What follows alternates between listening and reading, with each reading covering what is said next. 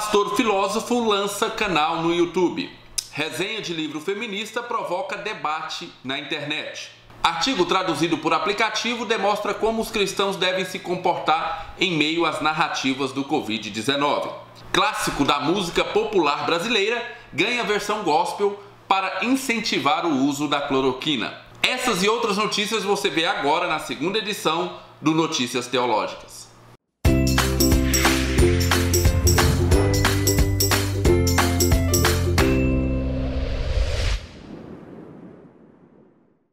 Cultura. O pastor, escritor, filósofo e tecladista Jonas Madureira lançou seu canal no YouTube. No momento da gravação desse telejornal, já haviam sido publicados 6 vídeos com os seguintes temas: mas o que é perdão? O trágico e o redentivo, a filosofia a serviço da viva esperança. Filosofia, por onde começar? Live, o sermão sobre a queda de Roma. 5 lições sobre cosmovisão e psicologia e lição número 1, o que é cosmovisão. Indico fortemente que você veja pelo menos o vídeo 3, Filosofia, por onde começar, onde Jonas Madureira indica livros para gente maluca que quer estudar filosofia. Eu gostaria de fazer a indicação de uma obra que eu considero a mais importante para quem quer começar a estudar filosofia e que quer comprar uma obra certa, uma obra que de fato tenha ao longo da jornada aí dos estudos, ela possa ser consultada, ela possa ser usada. Eu queria indicar esses 4 volumes de Anthony Kenny. São 4 volumes. O primeiro dedicado à filosofia, a origens da filosofia ocidental, tá certo? Foi publicado pela Edições Loyola. São 4 volumes. Tá certo? Eles vão... Cada um desses volumes trata exatamente da história da filosofia de uma maneira muito curiosa. Deixa eu explicar para você como que ele faz, para você ter uma noção do porquê esses 4 volumes são importantes para você que vai começar. Fica aqui a nossa torcida ao pastor Jonas Madureira, que ele possa ser um instrumento de divulgação de boa teologia e boa filosofia nesta plataforma. Mas também nossas orações para que ele suporte aqueles comentários idiotas que a gente sempre vê por aqui. O link para o canal do pastor está na descrição desse vídeo e também no primeiro comentário. Finalizamos com uma música de boas-vindas ao pastor Jonas Madureira.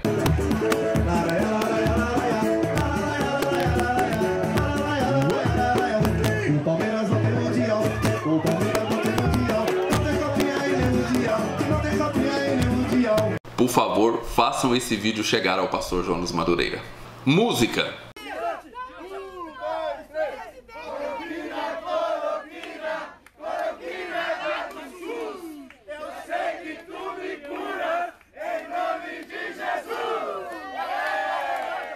Realmente isso aí não tem comentários. Burrice boa, burrice braba mesmo. Tô falando de burrice que é tapa na cara da inteligência. Contraponto. O canal Review, uma das filiais ligadas ao conglomerado empresarial do grupo 2 Dedos de Teologia, apresentou nesta sexta-feira, dia 22, uma resenha do livro Sejamos Todos Feministas, dessa autora aí que eu não vou dizer o nome. A resenha foi feita por Francina Walsh, que na humilde opinião desse apresentador é uma das melhores resenhistas de livros que temos atualmente. O vídeo, obviamente, causou certa polêmica, afinal, falar sobre feminismo em um canal cristão não ia passar desapercebido e sempre traria alguma polêmica. Veja alguns trechos desse vídeo. Eu queria dizer que, apesar de o livro chamar-se Sejamos Todos Feministas, muito do que ela escreve eu concordo, apesar de eu não me considerar feminista.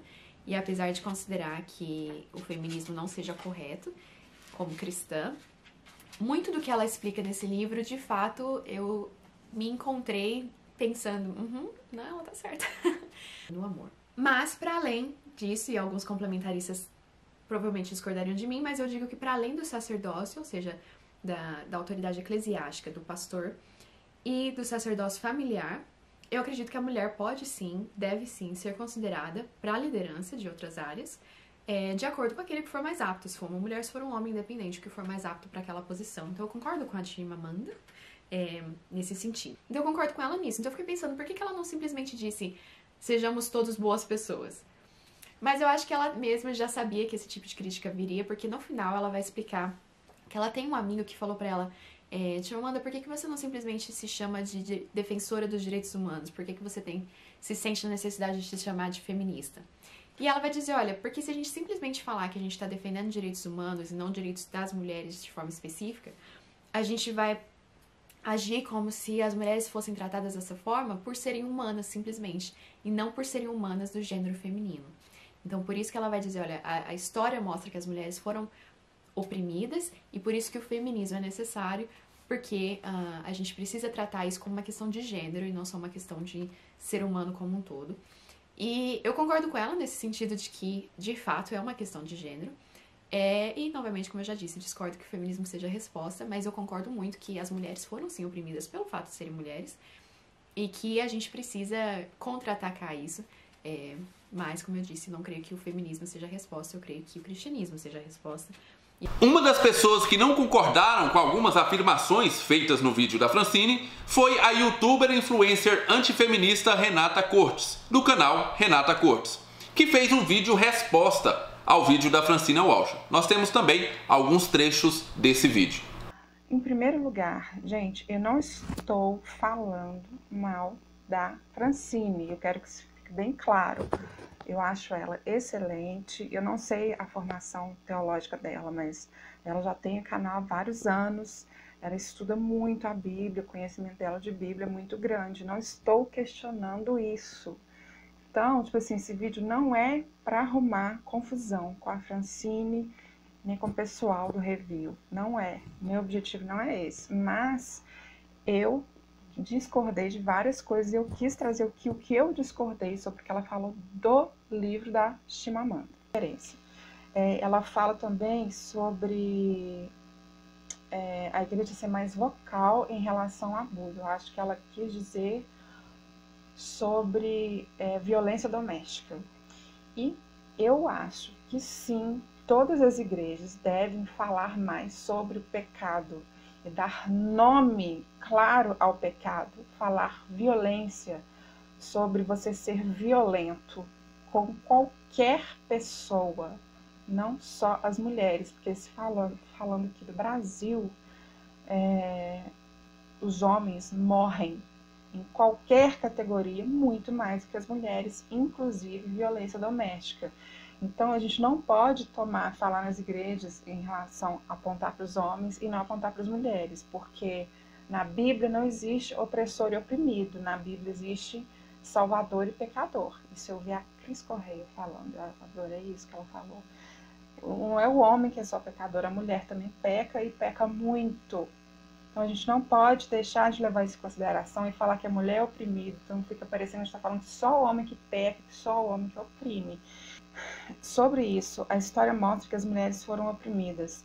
Tipo assim, na história da humanidade, todos os homens oprimiram todas as mulheres. É isso que parece. Isso é como se existisse um complô. Como o livro da Simone de Beauvoir fala, o homem criou situações, criou leis para que as mulheres fossem oprimidas. E isso não é real. Quando a gente fala isso, a gente está falando que todos os homens trataram mal as mulheres durante a história. E isso a gente está ignorando vários homens que se dedicaram, se sacrificaram para suas famílias e suas mulheres sobreviverem. A gente está ignorando isso. Por mais que existam homens babacas, e sempre existiram homens babacas que maltrataram as mulheres, que tratam mal as mulheres. Isso sempre existiu, isso existe hoje e, infelizmente, isso vai existir até Jesus voltar. Então, não tem como falar. Mas, mesmo assim, existindo esses homens babacas, idiotas, qualquer outro objetivo que você quiser dar, mesmo sendo muitos, eles não são a maioria dos homens. Então, quando a gente fala que as mulheres foram oprimidas na história, fica parecendo que todos os homens tratavam mal as mulheres. Os links para os dois vídeos estão na descrição e no primeiro comentário desse vídeo aqui. Tire você mesmo as suas conclusões, afinal, nós não somos pagos para pensar por você. Teologia. O aplicativo The Pilgrim traduziu o artigo de Alastair Roberts com o título Sabedoria e Tolice, Respostas Cristãs ao Coronavírus. Esse é um artigo que todos os cristãos deveriam ler antes de emitir a sua opinião sobre a situação que estamos vivendo. No artigo temos 15 prescrições bíblicas para o cristão, fazendo uma comparação entre o sábio e o tolo. Selecionei aqui algumas pérolas desse artigo. O sábio conhece a limitação do conhecimento. O tolo zomba do suposto pânico e medo das pessoas. Os tolos são ingênuos e logo saltam para a crença ou descrença. Eles também são presunçosos, amam a confiança orgulhosa de uma falsa certeza. O sábio resiste ao anseio de pular prematuramente para a segurança de convicções firmes, porém falsas. Ele suporta fielmente a luta do conhecimento limitado ou até da falta do conhecimento a fim de investigar o assunto de forma diligente e completa. Os tolos encontram refúgio no escárnio e no desprezo. Aqueles que possuem uma confiança genuína em seu conhecimento e um comprometimento real com a verdade são instintivamente menos propícios a usar o escárnio. Quando um tolo é confrontado com uma perspectiva indesejável, sua resposta característica é escárnio, ridicularização e rejeição, ao invés de um engajamento cuidadoso e pensativo. Acho que você já deu para ver a pegada desse artigo. Mas, por favor, não faça como um conhecido meu, que depois de eu ter enviado esse artigo para ele ler, veio com a seguinte pérola. De acordo com o que li, estou me achando muito sábio e que nossos governadores e prefeitos são tolos. A interpretação de texto nesse país continua sendo um dos principais problemas, como a gente pode ver com essa afirmação. O link do artigo está lá embaixo na descrição e no primeiro comentário deste vídeo. Treta. Olha só, eu juro que eu não ia falar sobre a treta do Iago Martins, até porque devo dizer que na maioria das vezes acho que a treta está muito mais no mimimi provocado pela internet do que realmente naquilo que ele fala. No entanto, a coisa tomou uma proporção muito grande, então você vai ver com exclusividade aqui no Notícias Teológicas. Eu estou começando a achar que eu vou ter que ter uma coluna aqui só chamada Treta do Iago. Pois bem, dessa vez a treta aconteceu quando ele respondeu uma pergunta lá nos stories no Instagram. Curte Leonardo Gonçalves e os Arrais? A resposta do Iago Martins foi: eu não ouço herege só porque tem música legal. Obviamente, aquele povo pacífico e que pensa só nas coisas do alto foram levar o recado lá para o Arrais e devem ter levado também para o Leonardo Gonçalves, mas parece que o Leonardo Gonçalves não entrou na pilha. E aí, lá no Twitter, a banda Os Arrais respondeu: quando Jesus só aparece e fala na nossa teologia e tradição, nunca reconhecemos irmãos e irmãs em Cristo, fora de nossas paredes denominacionais. Se heresia é não concordar, estamos todos perdidos. Não conheço o Dois Dedos de Teologia, mas sempre haverá lugar na minha mesa para ele. Logo depois disso, obviamente, tivemos a tréplica do Iago Martins. Você acredita, Arrais, que Ellen White foi uma voz de profecia inspirada? Se sim, não é que você está fora das paredes denominacionais, mas é que você está fora do cristianismo, ao lado dos Mormons e dos Testemunhas de Jeová, por terem outra fonte de inspiração divina. Muito bem, encerro por aqui porque, na verdade, enquanto estou gravando esse jornal, tive notícias que a treta ainda está pegando por aí.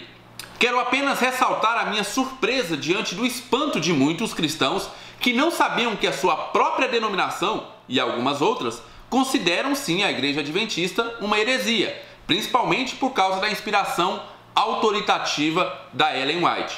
Ou seja, tem muita gente por aí que não está sabendo no que a sua própria igreja crê. Se você é um desses, está na hora de fazer uma revisada naquela confissão de fé da sua igreja, você não acha? Homenagens. Com a possibilidade desse jornal se tornar um obituário, mas diferente do que fez o Ministério da Cultura, vamos sim homenagear publicamente os grandes homens e mulheres de Deus que perdemos durante a semana.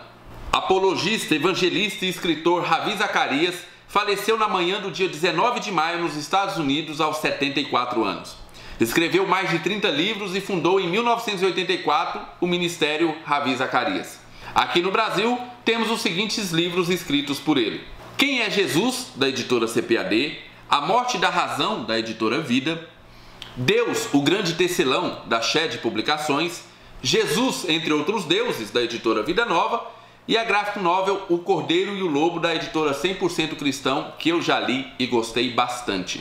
Em seus últimos dias, Ravi Zacarias divulgou que se sentia em paz e citou um hino de Richard Baxter que, em uma tradução livre, dizia o seguinte: então vou terminar minhas queixas tristes e dias cansativos e pecaminosos, e juntar-me aos santos triunfantes, que cantam louvores ao meu Salvador.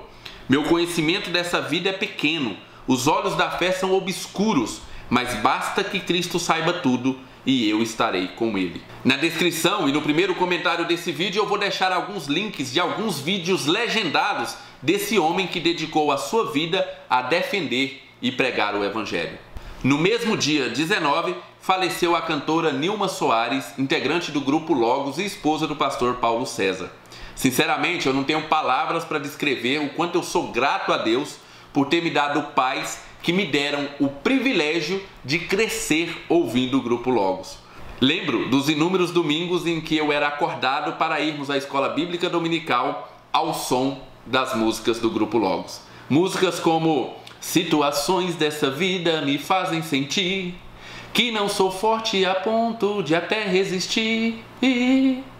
Ou então, mas nunca é tarde não, sai da escuridão, há um novo dia, nova manhã. Bem, eu não vou estragar mais esta homenagem cantando aqui, mas fica aqui a minha homenagem a esta mulher que fez parte do meu crescimento espiritual e que deixa, sim, muitas saudades.